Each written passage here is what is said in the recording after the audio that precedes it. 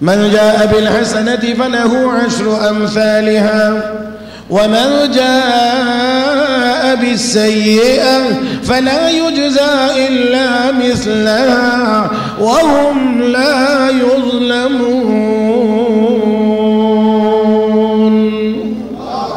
ومن أصدق من الله قيلا ومن أصدق من الله حديثا আল্লাহর কথার চাইতে সত্য আর কারো কথা হইতে পারে?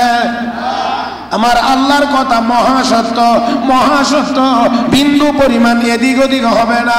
হে মুসলমান, আল্লাহ রাব্বুল আলামিন ঘোষণা করেছেন, এই একটা নেক আমল নিয়ে আয় বান্দা, একটা নেক আমল নিয়ে আয়, আমি আল্লাহ তোকে 10টা নেকি দান করব।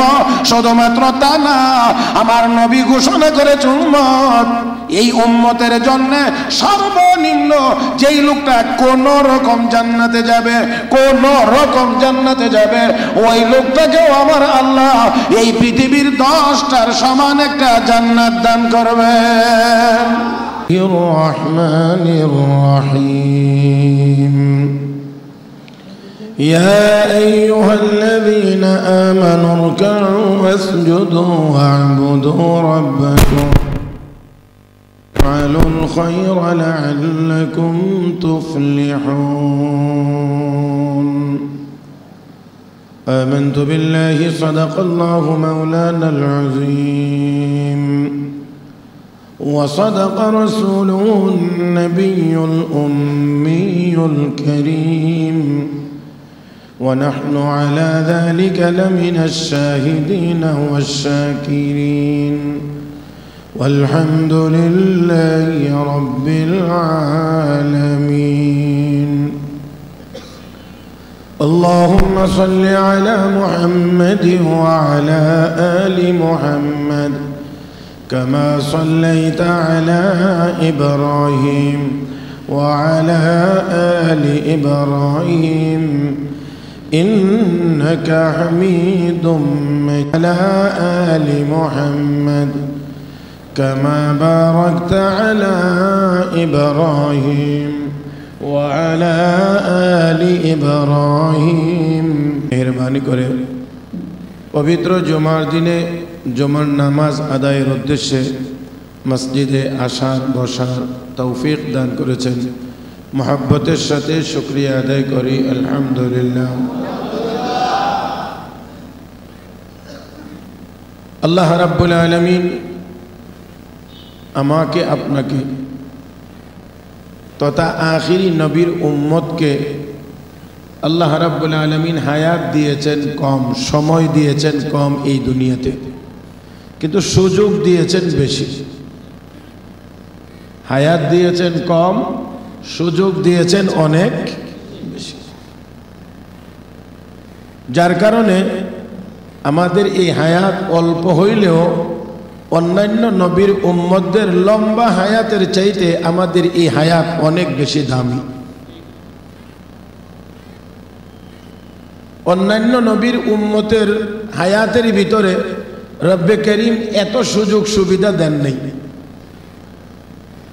সবাই আমরা জানি পৃথিবীতে একটা ছোট্ট রাষ্ট্র আছে, নাম হলো কুয়েত। খুব বেশি বড় না, আয়তনের দিক থেকে খুব বেশি বড় না, ছোট, কিন্তু সারা পৃথিবীর মধ্যে ওই দেশের টাকার দাম সবচেয়ে বেশি। কুয়েতের টাকার মান সবচেয়ে বেশি, তার কারণ এই দেশের ভিতরে অনেক দামি সম্পদ আছে। এই দামি সম্পদের কারণে তাদের টাকার মান বেড়ে গেছে। তো আমাদের হায়াতও যদিও অল্প, আয়তনের দিক থেকে ছোট, কিন্তু এই হায়াতের ভিতরে অনেক দামি জিনিস থাকার কারণে অন্যান্য নবীর উম্মতের চাইতে আমাদের হায়াত অনেক বেশি দামি হয়ে গেছে। আমি তো সেজন্য প্রায়ই বলে থাকি, অনেক জিনিস দেখতে বড় দেখা যায় কিন্তু দামে কম হয়, আবার অনেক জিনিস সাইজে অনেক ছোট হয় কিন্তু দাম অনেক বেশি হয়। এক বস্তা আলুর দাম এখন কত? 50 কেজি 60 কেজি যদি হয় তাহলে বর্তমান বাজারে এটা 800-900 টাকা দাম হইতে পারে সর্বোচ্চ এক বস্তা আলুর দাম। কিন্তু এক বস্তা লাগবে না, একটা আলু, একটা মাত্র এক পিস, এতটুকু পরিমাণ যদি স্বর্ণ হয় তাহলে ওই স্বর্ণটার দাম হবে কত? মাত্র এক ভরি স্বর্ণের দাম 11.5 গ্রাম স্বর্ণের দাম, যেখানে 1 লাখ টাকার চাইতেও বেশি। তাহলে লক্ষ্য করেন, অন্যান্য নবীর উম্মতের হায়াত অনেক লম্বা হইলেও এর ভিতরে তেমন কোনো সুযোগ সুবিধা ছিল না।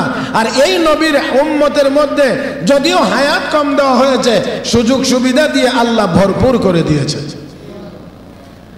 এর মধ্যে 1 নাম্বার যেটা, সেটা হলো সব সময়ের জন্য, সব দিনের জন্য, সব জায়গার জন্য আল্লাহ রাব্বুল আলামিন যেই সুযোগ দিয়েছেন সেই সুযোগটা হলো 1-10 এই উম্মত আমল করবে, একটা সওয়াব দেওয়া হবে 10টা। তাহলে আমরা 1 লাভই 10 আগায় গেলাম। তার মানে হলো অন্যান্য নবীর উম্মত 500 বছর ইবাদত করে যত, আমরা 50 বছরে তত। তো আল্লাহ আগেই না, এই এতটুকুতেই চলে। রব্বে করিম কোরআনে ঘোষণা করেছেন, من جاء بالحسنة فله 10 أمثالها ومن جاء بالسيئة فلا يجزى إلا مثلها وهم لا يظلمون।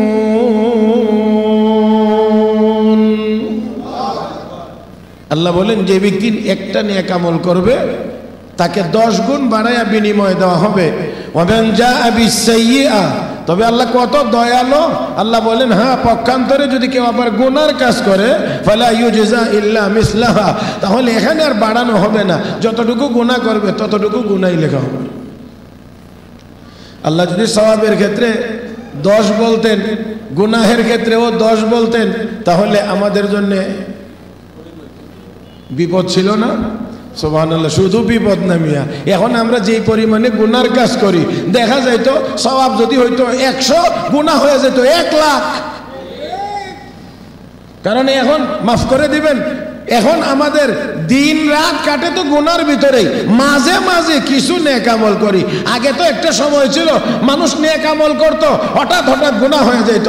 আর আমরা এখন গুনার কাজ ইচ্ছাকৃতভাবে পরিকল্পনা করে করি, মাঝে মাঝে 1-2টা সওয়াবের কাম করি। অবস্থাটা এখন অনেকটাই এমন দাঁড়িয়েছে। তো এখন চিন্তা করে দেখেন, গুনাহ যদি 10টা করে হইতো তাহলে আমাদের কি উপায় হইতো? হ্যাঁ, মহাবিপদ, মহাবিপদ। আল্লাহ কত দয়া করেছেন। এক ব্যক্তিকে নাকি বলা হয়েছিল যে তুমি চাও, তুমি যা চাইবা তা দেব, তুমি তোমার পাশের বাড়িওয়ালাকে তার ডাবল দেব। আসলে পাশের বাড়িওয়ালার সাথে তার বেশি সম্পর্ক নাই আর কি, সম্পর্কটা বেশি ভালো না। এই জন্যে বলা হয়েছে তুমি যা চাইবা তা পাইবা, তবে তোমার পাশের বাড়িওয়ালাকে কিন্তু তার ডাবল দেওয়া হবে। তো এখন সে দোয়া করে, আল্লাহ আমার একটা 5তলা বিল্ডিং হোক, তো এবারের 2টা হবে। আর আমি চায়া ভাই একটা, আর সে না চায়া ভাই 2টা। যন্ত্রণা নিয়ে এখন যাই চা, যে কোনো জিনিস চায়, সে যা পায় পাশের বাড়িওয়ালা ডাবল। এখন সে চিন্তা করেছে, দেখি আবার নেগেটিভ সাইডে গিয়ে দেখি কি হয়। তো এখন দোয়া করে যে আমার একটা নিয়ে যাও, তখন একটা নিয়ে গেলে ওই বেচারার 2টা যায়। আমার একটা বিল্ডিং নিয়ে যাও, তো তার 2টা যায়। আরে তাহলে তো দেওয়ার ক্ষেত্রে যেমন ডাবল, নেওয়ার ক্ষেত্রেও ডাবল। এখন এই জালেম কি দোয়া করে, আমার একটা চোখ নিয়ে যাও। আপনারা মনে হয় আমার শব্দটা শুনেন নাই নাকি বুঝেন নাই কোনটা? হ্যাঁ, আমার একটা চোখ নিয়ে যাও। তাহলে একটা চোখ যদি নাও থাকে আর একটা দিয়ে মোটামুটি ভাবে চলা যায়, কিন্তু ওর যদি 2টা নিয়ে যায় তো বিল্ডিং বা ঢাকা শহরে 50টা হোক না, অসুবিধা কি? চোখ হই নাই তো কানা দেখবে কি? তো একটু চিন্তা করে দেখেন তো, যদি এতটুকুতেই অবস্থা হয়, তাহলে গুনার কাজও যদি আমাদের সওয়াবের সাথে সাথে গুনাহও যদি 10টা হইতো, উপায় ছিল না আমাদের। আখিরি নবীর উম্মত নাজাতের কোনো ব্যবস্থাই ছিল না আমাদের। আল্লাহ রাব্বুল আলামিন দয়া করে একতরফা শুধু আমাদেরকে সুযোগ দিয়েছেন। শুধু তা না, কিতাবে মুফাসসিরিন কিরাম লিখেন ডান কাঁধে বাম কাঁধে দুই ফেরেশতা, তারা এই আমল লিখে, সওয়াবগুলো লিখে। ডান কাঁধের ফেরেশতা তো কাজ করা মাত্রই, আমল করা মাত্রই নেকি লিখে দেয়, কিন্তু বাম কাঁধের ফেরেশতা গুনাহ করলেও গুনাহ লিখতে পারে না। ডান কাঁধের ফেরেশতাকে আগে জিজ্ঞেস করে, জিজ্ঞাসা করতে হয়। যেমন স্যার, বস আর কি, যে স্যার গুনার কাজ করছে লিখবো, না সুযোগ দাও, দেখো তাওবানি করে, তাওবা যদি করে তাহলে তো মাফ হয়ে যাবে, তো আর লেখার দরকারটা কি? একবার, দুইবার, তিনবার সুযোগ দেওয়ার পরেও যদি তাওবা না করে, তখন একটা কাজের, একটা আমলের কারণে একটা গুনাহ তার আমলনামায় লেখা হয়। রব্বে করিম আমার আপনার উপরে এত এত এত বেশি দয়া করেছেন। ও মুসলমান, সুযোগটা আমাদের জন্যই কেবলমাত্র, আর এই সুযোগ আমাদেরই কাজে লাগানো উচিত। রাহমাতুল লিল আলামিন মেরাজে গিয়েছিলেন, সবার কথা জানা, 10 ওয়াক্ত 50 ওয়াক্ত নামাজ আল্লাহ দিয়েছিলেন। নবী সুপারিশ করে করে করে করে করে করে করে করে মাত্র 5 ওয়াক্ত রাখলেন। 45 ওয়াক্ত কমায়া 5 ওয়াক্ত নিয়ে রওনা করলে রব্বে করিম কো হাবিব দিয়েছিলাম 50, এটা একেবারে বাদ গেলে গিয়ে কেমনে হয়? একেবারেই যদি বাদ হয়ে যায় তাহলে তো আমার কথাটা ঠিক রইল না। লা তাবদীলা লিকালিমাতিল্লাহ, আমি আল্লাহর কথার তো পরিবর্তন হয় না, তো একটা সমন্বয় তো করা লাগবে। কি সমন্বয়? আপনার উম্মত আদায় করবে 5 আর আমি দেব 50। সমন্বয়টা এভাবেই হবে, আপনার উম্মত আদায় করবে 5 আর আমি দেব, তাহলে তো কথা আমারটা তো ঠিক রইল। আমি তো 50 ওয়াক্তের সওয়াব দিয়ে আমার 50 ঠিক রাখলাম, আপনার উম্মত জমিনে আদায় করবে 5, আরশের মালিক আমি আল্লাহ দান করব 50। ও মুসলমান, একটু চিন্তা করেন, দুনিয়ার কোন কোম্পানির মালিক যদি ঘোষণা দেয় আমার এই কোম্পানিতে 1 বছর চাকরি করলে 10 বছরের বেতন দেওয়া হবে, 10 বছর চাকরি করলে 100 বছরের বেতন দেওয়া হবে, এমন যদি ঘোষণা দেয় তো আমার তো মনে হয় সচিবালয় সুদ্ধা খালি হয়ে যাবে। আর সচিব থাকার দরকার নাই, হে না যাই কোন রকম ধাক্কায় ধাক্কায় 10টা বছর পার করতে পারলে কথা কয় না 100 বছর, তার সচিবালয়ে চাকরি করার লোক তো তালাশ করে আর পাওয়া যাবে না। তো দুনিয়ার কোম্পানি যদি সামান্য কদ্দুর ঘোষণা দিলে এদিকে যদি দৌড়াদৌড়ি হতে পারে, আহকামুল হাকিমিন আল্লাহর ঘোষণা, আমাদের বিশ্বাস হয়নি, হয় না? ومن أصدق من الله قيلا ومن أصدق من الله حديثا, আল্লাহর কথার চাইতে সত্য আর কারো কথা হইতে পারে? আমার আল্লাহর কথা মহাসত্য, মহাসত্য, বিন্দু পরিমাণ এদিক ওদিক হবে না। হে মুসলমান, আল্লাহ রাব্বুল আলামিন ঘোষণা করেছেন, এই একটা নেক আমল নিয়ে আয় বান্দা, একটা নেক আমল নিয়ে আয়, আমি আল্লাহ তোকে 10টা নেকি দান করব। শুধুমাত্র তা না, আমার নবী ঘোষণা করেছে উম্মত, এই উম্মতের জন্য সর্বনিম্ন যেই লোকটা কোন রকম জান্নাতে যাবে, কোন রকম জান্নাতে যাবে, ওই লোকটাকেও আমার আল্লাহ এই পৃথিবীর 10টার সমান একটা জান্নাত দান করবে। কোন রকম, কোন রকম দয়া করে আল্লাহ যদি জান্নাত দিয়েছে, আর এর চেয়ে গরিব আর কথা কেন, এর চেয়ে গরিব আর নাই। জান্নাতের ভিতরে এর চেয়ে গরিব নেই, এটার জান্নাত হবে এই পৃথিবীর 10টার সমান। আপনি দেখেন তো, চিন্তা করে কিছুক্ষণের জন্য আর কত লাগবে আপনার? একেবারে গরিবটাই যদি হয় 10টা পৃথিবীর মালিক।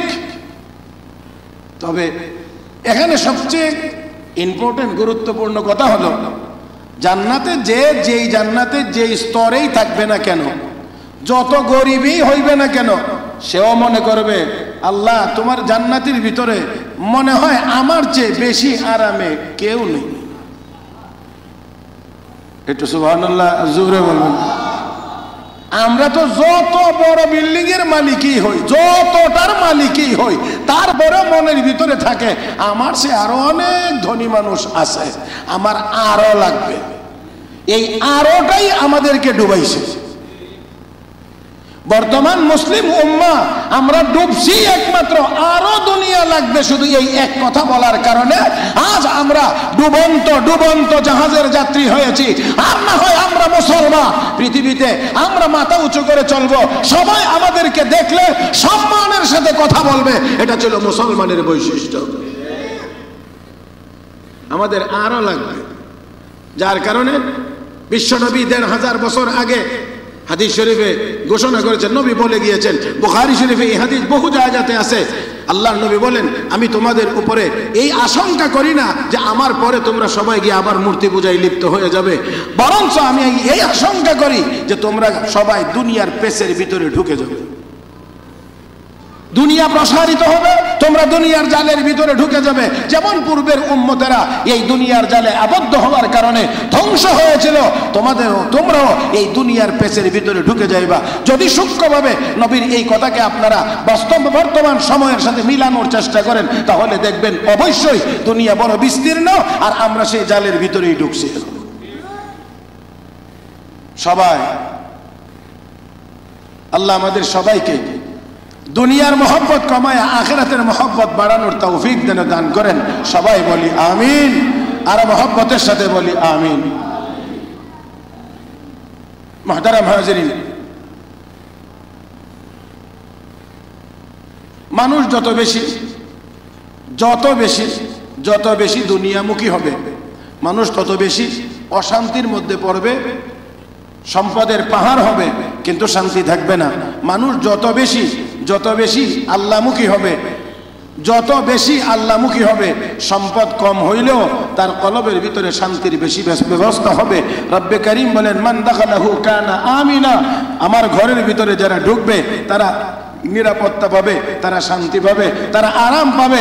এই জন্য দুনিয়ার সবচাইতে বেশি আরামের জায়গা, সবচাইতে বেশি নিরাপদ জায়গা, সবচেয়ে বেশি শান্তির জায়গার নাম মসজিদ, মসজিদ, মসজিদ।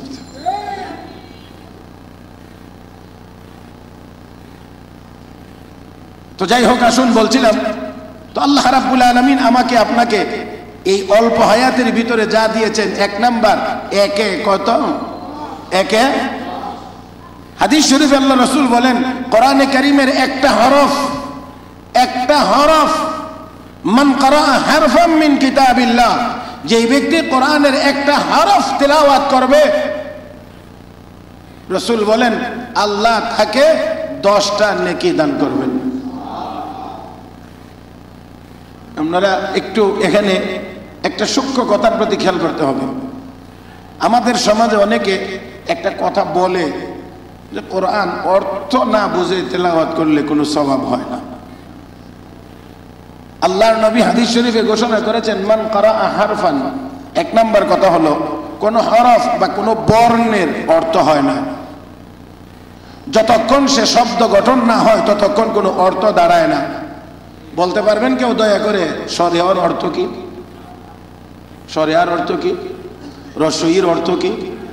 এটা যখন আরো দুই একটা বর্ণ মিলে একটা শব্দ গঠন হবে তখন এটার অর্থ হতে পারে।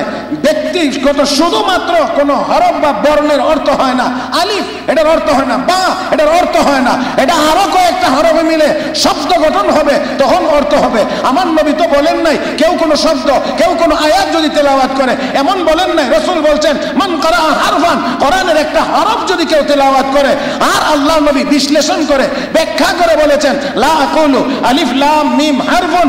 নবী বলেন যে আমি কথা বলি নাই আলিফ লাম মিম তিনটা মিলে একটা হরফ, বাল আলিফুন হারফ ওয়া লামুন হারফ ওয়া মিমুন হারফ। আলিফ পৃথক অক্ষর, লাম পৃথক অক্ষর, মিম পৃথক অক্ষর। অতএব বোঝা গেল আল্লাহর নবীর কথা থেকে বোঝা যায় অর্থ বুঝে তেলাওয়াত করলে সওয়াব হবে।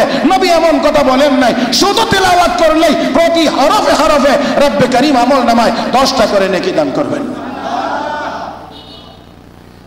যারা এই কথা বলতে চায় যে অর্থ না বুঝে তেলাওয়াত করলে সওয়াব হবে না, তাদের উদ্দেশ্যই হলো মুসলমানকে কোরআন থেকে আরো দূরে সরাইয়া দেওয়া। যতটুকু তেলাওয়াতের অভ্যাস আছে, রমজান মাস আসলে অন্তত কিছু তেলাওয়াত করে, এটাও যেন না করে, এটা হলো তাদের সেই উদ্দেশ্য। মুহতারাম হাজিরিন, কোরআনে কারীম এমন এক জিনিসের নাম যে কোরআনের দিকে মহব্বতের দৃষ্টিতে শুধু তাকায়া থাকলেও আমলনামায় সওয়াব হয়। শুধু তাকায়া থাকলে সেখানে এই উদ্ভট কথা না বুঝে তেলাওয়াত করলে কোনো সওয়াব হবে না।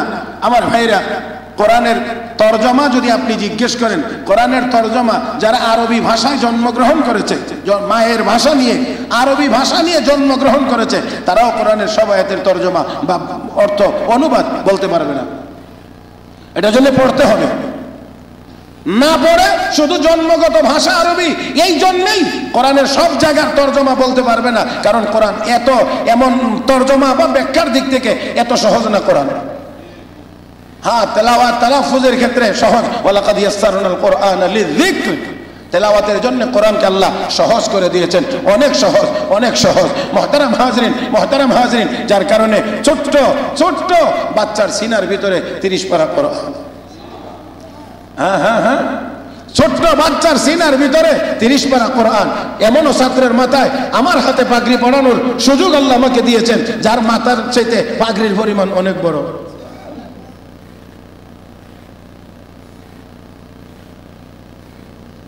আমাদের এক মুরব্বী বক্তা ইন্তেকাল করেছেন, উনি একদিন আমাদেরকে শুনাইতেছেন, কমালানা আমি এক জায়গায় গেছি, তো আমাকে বলছে পাগড়ি দেওয়ার জন্য হাফেজ ছাত্রদের মাথায় পাগড়ি দেওয়া শুরু করছি। এমন সময় মাদ্রাসার পরিচালক মোহতামিম সাহেব এক ছোট্ট বাচ্চা ছাত্র নিয়ে আমার সামনে আইসা কয়, হুজুর এটা আমার রসিকতা করে এটা আমার হিন্দু ছাত্র। আরে এটা হিন্দু ছাত্র, আবার হাফেজ কোরআন হয় কেমনে? হুজুর এখনো তার মুসলমানই হয়েছে না। কথা বুঝেন নাই? হুজুর এখনো ওর মুসলমানই হয়েছে না, এই জন্য রসিকতা করে বলছে যে এই ছাত্র। তাহলে যেই মুসলমানের সন্তানের সিনার ভিতরে মুসলমানি হওয়ার বয়স হওয়ার আগে 30 পারা কোরআন সিনার ভিতরে থাকে, অবশ্যই আল্লাহ কোরআন তালাফুজের তেলাওয়াতের জন্য অনেক সহজ করে দিয়েছেন। এই গত কয়েকদিন আগেও এক মাদ্রাসায় প্রায় 20 জনের উপরে পাগড়ি দিতে সর্বশেষ যেটা রাখছে আল্লাহ, এটাই ওর দুর্বল। আমি ওরে দেখে মানে একেবারে অবাক, একেবারে এত বড়। আমি কে বেড়া, তুই কি আসলে কোরআন শরীফ পড়ছত নি, না এমনি পাগড়ি নিতে আইস?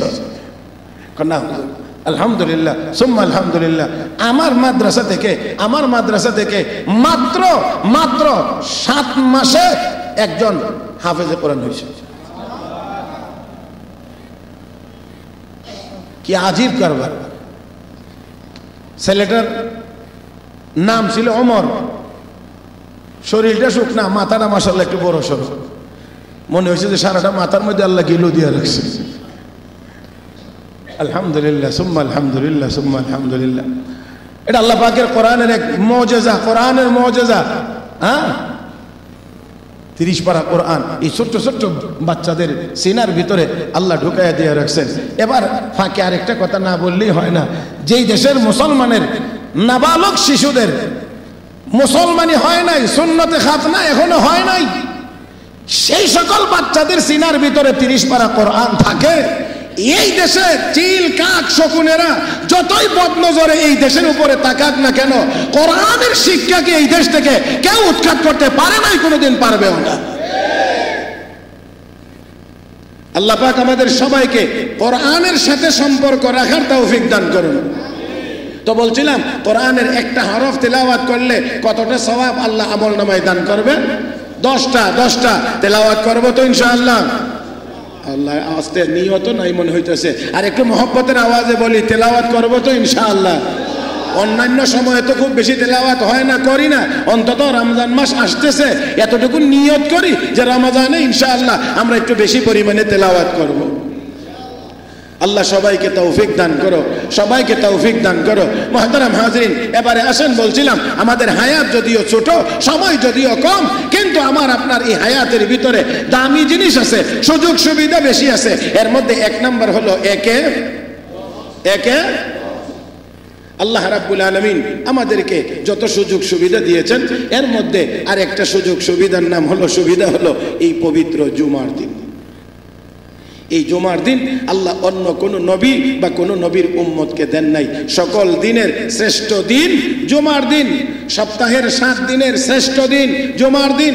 সর্বশ্রেষ্ঠ নবী মুহাম্মদুর রাসূলুল্লাহ সাল্লাল্লাহু আলাইহি ওয়াসাল্লাম, আল্লাহ রাব্বুল আলামিন সর্বশ্রেষ্ঠ নবী বানাইছেন আমাকে, আমাদের নবীকে, আর আমাদেরকে নবীর শ্রেষ্ঠ উম্মত বানাইছেন। তো আমাদের নবীকে আল্লাহ শ্রেষ্ঠ জিনিস দিনের ভিতরে শ্রেষ্ঠ দিন জুমার দিন দিয়েছেন, আর মাসের ভিতরে শ্রেষ্ঠ মাস রমাদান আমার নবীকে দিয়েছেন। কিতাবের মধ্যে সর্বশ্রেষ্ঠ কিতাব কোরআনে কারীম আমার নবীকে আল্লাহ দান করেছেন।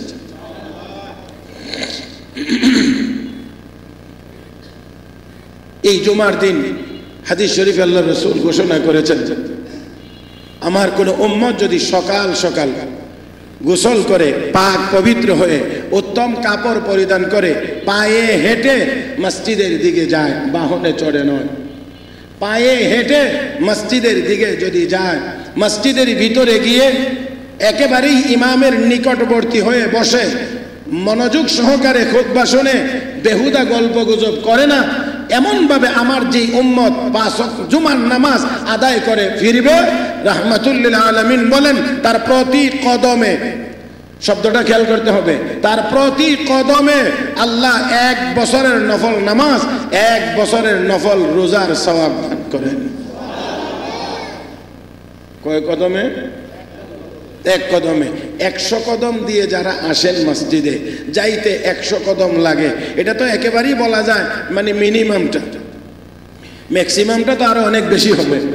আমি মিনিমামটাই যদি বলি, 100 কদম দিয়ে যারা মসজিদে আসেন, 100 কদম দিয়ে মসজিদ থেকে যান, যদি ওই নিয়মগুলো ওই সুন্নতগুলো অনুসরণ আমরা করি, তাহলে প্রতি কদমে 1 বছর, প্রতি কদমে 1 বছর, তাহলে 100 আসা যাওয়া 200।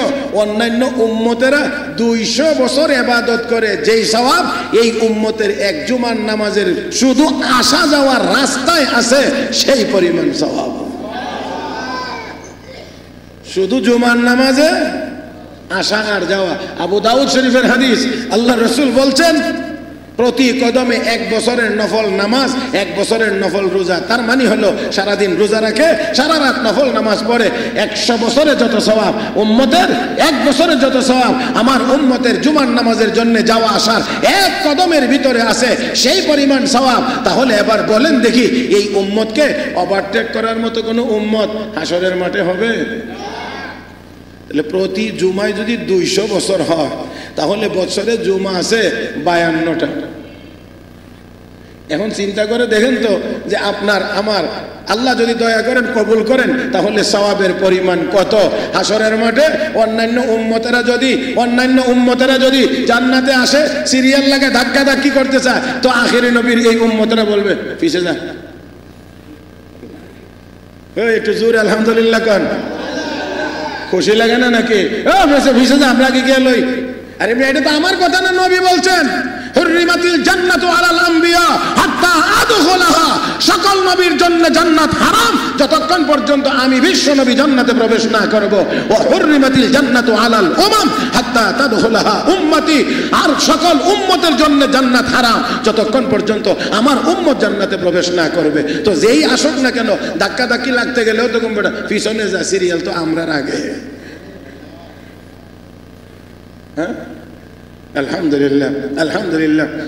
দুনিয়াতে কিছু পাইলে কি পরিমাণ খুশি লাগে, আর জান্নাত যেদিন পাবেন সেই দিন কি পরিমাণ খুশি লাগবে, কি পরিমাণ খুশি লাগবে, কি পরিমাণ। আমল নামাটা ডাইন হাতে আসলেই খুশিতে বাগ বাগ, আত্মীয় স্বজনকে ডেকে ডেকে বলবে ও মকরা ও কিতাবিয়া। কোরআন শরীফে আল্লাহ বর্ণনা করেছেন, فأما من أوتي كتابه بيمينه فيقول يا ليتني لم أما من أوتي كتابه بيمينه فيقول هاؤم اقرءوا كتابيا إني ظننت أني ملاق حسابيا فهو في عيشة راضية في جنة عالية قطوفها دانية كلوا واشربوا هنيئا بما أسلفتم في الأيام الخالية ওই আমল নামা কোন হাতে চান? কোন হাতে? কোন হাতে? কোন হাতে? ডান ডান ডান ডান ডান হাতে। আল্লাহ আমাদের আমল নামা যেন ডান হাতে দেন দয়া করে। সবাই জোরে কোন আমিন। فأما من أوتي كتابه بيمينه فيقول هاؤم اقرءوا كتابيه আমার আমল নামা ইমাম সাহেব না দেখাইবেন আপনারা মুসল্লিরা কব হুজুর হুজুর দেখেন দেখেন আমার আমল নামাটা দেখেন। আরে পরীক্ষার রেজাল্ট যখন হয়, ভালো রেজাল্ট হইলে কি পরিমাণ খুশি হয় না ছাত্রছাত্রীরা? আরে আঙ্গুলি ভাবে দেখায় খালি, ঠিক না? যে স্কুলের রেজাল্ট ভালো হয়, যে কলেজের রেজাল্ট ভালো হয়, সবাই মিলে আনন্দ উল্লাস, আর শুধু ক্যামেরার সামনে। তাহলে দুনিয়ার এই পরীক্ষায় পাশ করলে যদি এমন হয় এত আনন্দ, তো হাসরের মাঠের পরীক্ষায় পাস, ডান হাতে আমল নামা মানে কি আপনি পরীক্ষায় পাস, বাস। এবার ডান হাতের কোনো আমল নামা, ডান হাতে আমল নামাওয়ালা কেউ কোনোদিন জাহান্নামে যাবে না, আর কোনো জাহান্নামীদের ডান হাতে আমল নামা আসবেই না। যারা জাহান্নামী হবে বাম হাতে যাদের আমল নামা দেওয়া হবে, ওয়াম্মা মান উতিয়া কিতাবাহু ওয়ারা যাহরি, কোরআনের এক আয়াতে আল্লাহ বলেছেন যাদের আমল নামা বাম হাতে আসবে তাদেরকে বাম হাতে দেওয়া হবে না। ফেরেশতারা তাদেরকে ঘৃণা করবে, পিছনে এসে দাঁড়াবে, হাতে ধরবে, বুকের ভিতর দিয়ে হাত ছিদ্র করে, বুক ছিদ্র করে হাত পিছনে বের করবে, আর পিছনে তার আমল নামা দিয়ে যাবে। পিছনে দাঁড়ায় হাত বুকের সিনার ভিতরে ঢুকাইয়া এই হাত টেনে পিছনে বের করে তার হাতে আমল নামা দিয়ে চলে যাবে। এবার চিন্তা করেন যে ওই বাম হাতে যাদের আমল নামা আসবে তাদের পরিণতিটা কেমন হবে। ও মুসলমান, ও মুসলমান, এই জন্যে আমরাও চাই আল্লাহ যেন আমাদেরকে ডান হাতে আমল নামা দান করেন। বিশ্ব নবী রাহমাতুল লিল আলামিন হাদিস শরীফে ঘোষণা করেছেন, ইন্নাল্লাহা ইউহিব্বুত তায়ামুনা ফি কুল্লি শাই। আল্লাহ রাব্বুল আলামিন সর্বক্ষেত্রে ডানকে পছন্দ করেন। কথাটা একটু আশা করি একটু উত্তর দিবেন। আল্লাহ কোনটাকে পছন্দ করেন? কোনটা? ডান। তাহলে ডানকে আল্লাহ পছন্দ করেন। কেউ কেউ বেশি অতি পণ্ডিতি দেখাইতে গিয়া বলবে হুজুর কেন বাম হাতকে আল্লাহ বানাইছে না?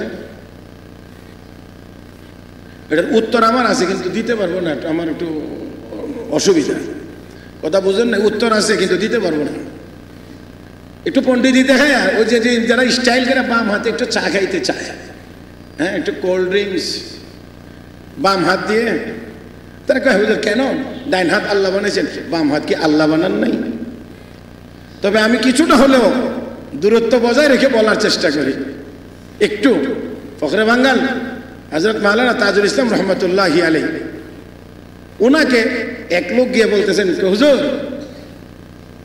আপনারা তো খুব আল্লাহ ভক্ত, আল্লাহকে খুব মানেন। বলে হ্যাঁ। তো আল্লাহকে সব মানেন, তো আপনারা নিজেরা মাইরা গরু ছাগল নিজেরা মাইরা মানে জবাই করে নিজেরা মাইরা খান, কিন্তু আপনাদের আল্লাহ যখন মারে তখন আর খান না। বুঝছেন আপনারা? আরে গরু যখন তার স্বাভাবিক প্রক্রিয়ায় মরে যায় তখন এই গরু মুসলমানের জন্য হালাল না হারাম? আর বিসমিল্লাহ আল্লাহু আকবার বলে জবাই করলে, হ্যাঁ, তো দেখেন কোন জায়গায় অ্যাটাক করছে। আপনারা তো খুব আল্লাহ ভক্ত, আল্লাহর কদমে সেজদা দেন, আল্লাহরে ডাকেন, সারা দিন রাত আল্লাহর জিকির করেন, আল্লাহ আল্লাহ আল্লাহ আল্লাহ বলেন, তো আল্লাহর প্রতি আপনাদের কোন ধরনের মহব্বত? নিজেরা মাইরা খান, কিন্তু আল্লাহ যখন মারে তখন আর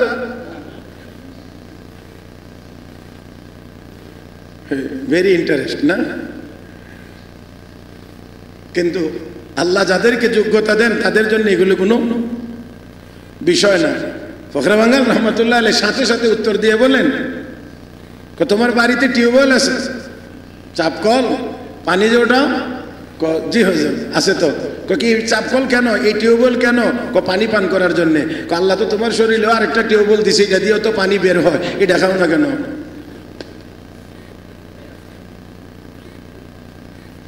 হ্যাঁ,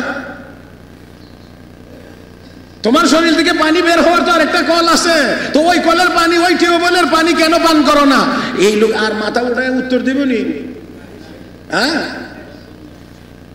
এই জন্য আমি বলছি একটু দূরত্ব বজায় রেখে বলি, উত্তর আরো ডাইরেক্ট আছে আমার কাছে, কিন্তু এটা তো আমি এই মুহূর্তে এই জায়গায় দিতে পারি না মুহতারাম হাজিরিন। সেই জন্য বলছি যারা বেশি পণ্ডিতি দেখাইতে গিয়ে বলেন হুজুর ডাইন হাত করেন, বাম হাত আল্লাহই বানাইছেন, তো বাম হাতে খাইলে অসুবিধা কি? তো আপনাকেও আমি ওই ফখরে বাঙ্গালের কথাটা একটু স্মরণ রাখার জন্য অনুরোধ করব। আমি বেশি দূরে যাইতে চাই না। এই ফখরে বাঙ্গাল রহমতুল্লাহ আলাইহিকে আবার আরেক বোকা গিয়া হুজুর আপনারা ওয়াজ শুনলে যেমন চোখ দিয়ে পানি আসে, মাঝে মাঝে অনেক গান আছে, এই গান শুনলেও চোখ দিয়ে পানি আসে। কোন চোখ দিয়ে পানি? তো ঘুষি দিলেও তো চোখ দিয়ে পানি আসে, মারলেও তো চোখ দিয়ে পানি আসে, ব্যাট লাগাইলেও তো চোখ দিয়ে পানি আসে। অনেকে ইঞ্জেকশন সুই নিতে পারে না, ইঞ্জেকশন দেখলে আগে থেকে ধরে রাখা লাগে দুইজনে, সুই দেখলে কসর মসর দিয়ে শুরু হয়, বাবারি বাবা, আরে দুইজনে ধরে তারপরে কোনো রকম দেওয়া লাগে। তো এখানেও তো সে ব্যথা পায় অথবা চোখ দিয়ে পানি আসে, তো সবগুলো কি এক? হায় হায়। তো এখানে ফখরে বাঙ্গাল যে উত্তর দিয়েছেন এটাও আমি আপনাদেরকে দিতে পারবো না, থাক। শুধুমাত্র আমি আপনাদেরকে বলছি জবাব আছে, তবে আমি শুধুমাত্র বিনয়ের সাথে এতটুকু কথা বলছি, আল্লাহ ডানকে পছন্দ করেন। নবী বলছেন আপনি নবীর উম্মত হিসেবে, আল্লাহর বান্দা হিসেবে এটাই মেনে নিয়ে চলা, এটা আপনার কায়াস, আপনার দায়িত্ব, আপনার কর্তব্য। আল্লাহ রাসূল বলেন ইন্নাল্লাহা ইউহিব্বুত তায়ামুনা ফি কুল্লি শাই হাত্তা তানাউলা ওয়াত তারাজ্জুল। আল্লাহ নবী বলেন উম্মত ডানকে আল্লাহ পছন্দ করেন, এমন কি মাথার চুল আশ্রাইতে গেলেও ডান দিক দিয়ে শুরু করা। আল্লাহু আকবার কোন মাথার চুল আশ্রাইতে গেলে ডান দিক দিয়ে শুরু করা। ওয়াত তানাউল, আল্লাহ নবী বলেন উম্মত জুতা পরিধান করার ক্ষেত্রেও কোন পাও আগে। কতটুকু পর্যন্ত ইসলাম আমাদেরকে ডান শিখাইছেন, কারণ ডানটাকে কে পছন্দ করেন? এই জন্যে ডান হাতে খাইব, ডান হাতে পান করব, এক কথায় সব ভালো কাজে ডানকে ব্যবহার করব। মুহতারাম হাজিরিন, ফকিহুল মিল্লাত ওয়াদ দ্বীন, ফকিহুল উম্মাহ হযরত আকতাস হযরত মাওলানা রশিদ আহমদ গঙ্গুহি রাহমাতুল্লাহি আলাইহি, উনার সুন্নতের উপরে আমল, ইত্তিবায়ে সুন্নতের কথা শুনে এক ব্যক্তি আসছে ওনাকে পরীক্ষা করার জন্য যে ওনার ইত্তিবায়ে সুন্নত, নবীর সুন্নতের অনুসরণ কতটুকু।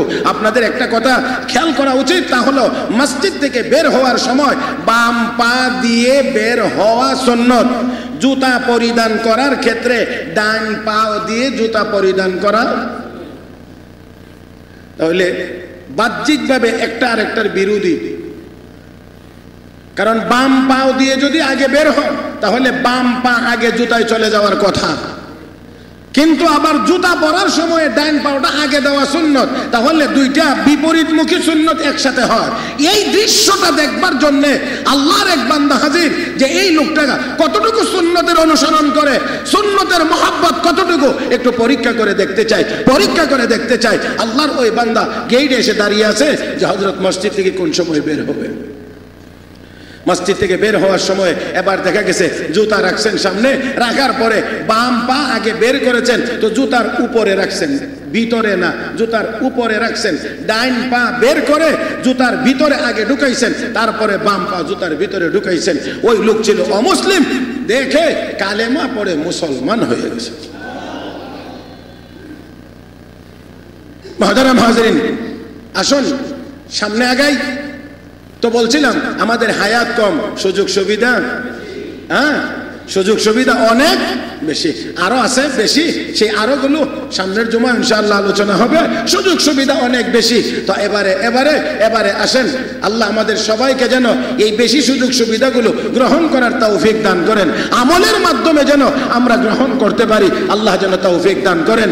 এবারে আসেন, সে আর একটা শুধু কথাটা রেখে আজকের আলোচনা শেষ করব। আল্লাহ আমাদের এই অল্প হায়াতের ভিতরে যত সুযোগ সুবিধা দিয়েছেন, এর মধ্যে আরেকটা হলো একে 70, একে প্রথম বলছিলাম কি 10, এবার কত 70, একে 70। এই একে 70টার নাম হলো পবিত্র মাহে রমাদানুল মুবারক। এই উম্মত আমল করবে একটা, সওয়াব দেওয়া হবে। এই এতটুকু পর্যন্ত থাক, বাকি আরো আছে, আরো কতটুকু আছে, এই কতটুকু শেষ পর্যন্ত ইমাম সাহেব আর এই সুযোগ আর পাবে না। তার কারণ উনি আগামী জুমার আগেই ইনশাআল্লাহ আশা করা যায় সব ঠিকঠাক থাকলে সহি সালামতে আল্লাহ উনাকে যদি পৌঁছায় দেন তো মক্কা শরীফ পৌঁছে যাবেন ইনশাআল্লাহ, উমরায় যাবেন। হ্যাঁ, তাহলে ওনার কিছুটা বাকি থাকুক, এটা উনি এখান থেকে ঘুরে আইসা এরপরে আবার শুনবো না। হ্যাঁ, আলহামদুলিল্লাহ। কি আপনাদের কাছে খারাপ লাগে নাকি ইমাম সাহেব উমরায় যাবে? হ্যাঁ, দোয়া করবেন না ইনশাআল্লাহ? হ্যাঁ, তাও আবার মার সাথে আরে আমরা তো আবার কথা কইতেও জানি না মিয়া, আমরা কয় কি, আরে আমি হজে গেছিলাম, আব্বা আমার সাথে গেছিল। কথা বলার ক্ষেত্রে কিছুটা হুঁশ জ্ঞান ঠিক থাকা উচিত। হ্যাঁ, আমার সাথে আমার আব্বা যায় নাই, আমি আমার আব্বার সাথে প্রথমে গেছি 2005-এ, আলহামদুলিল্লাহ। আমি আমার সাথে আব্বা যায় না, আব্বার সাথে আমি গেছি। তা ইমাম সাহেবের সাথে মা যাবে না, মার সাথে ইমাম সাহেব যাবে। আমি কথা একেবারে ফাউ ফাউ বলি নাই মিয়া। কোরআনে দলিল আছে, কোরআনে দলিল আছে, ওয়াজ তো আরেকটা আয়া পড়ছে সামনে। না না, বলার জন্য বলছি না, বুঝেন না? এটা বলবো না ইনশাআল্লাহ, স্মরণ রেখেন নাকি আগামী জুমায় কমনে? হ্যাঁ থাক, 1 মিনিটে বলে দিই। হযরত ইব্রাহিম আলাইহিস সালাম কাবাগর নির্মাণ করলেন, হযরত ইসমাঈল আলাইহিস সালাম ও সাথে সাথে ছিলেন।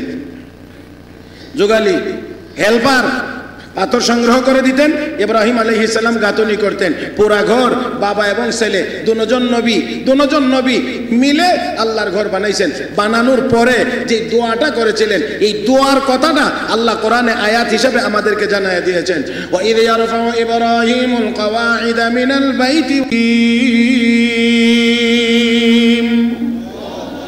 আল্লাহ বলেন স্মরণ করেন ওই সময়ের কথা যখন ইয়ারফাউ ইব্রাহিমুল কওয়াইদ, ইব্রাহিম যখন আমার ঘরের ফাউন্ডেশন উঁচু করছিল, ঘরটা নির্মাণ করছিল, এবং ইসমাইল, আল্লাহ রাব্বুল আলামিন প্রথমে স্বতন্ত্রভাবে হযরত ইব্রাহিম আলাইহিস সালামের কথা বলেছেন, পরে হযরত ইসমাইল আলাইহিস সালামের কথা বলেছেন। মুফাসসিরিনে কেরাম লেখেন, এই জন্য নেক আমল যদি বড় ছোট মিলায়া করে, তাহলে এই কাজের ইঙ্গিত বড়দের দিকে করা, এটা কোরআনের শিক্ষা।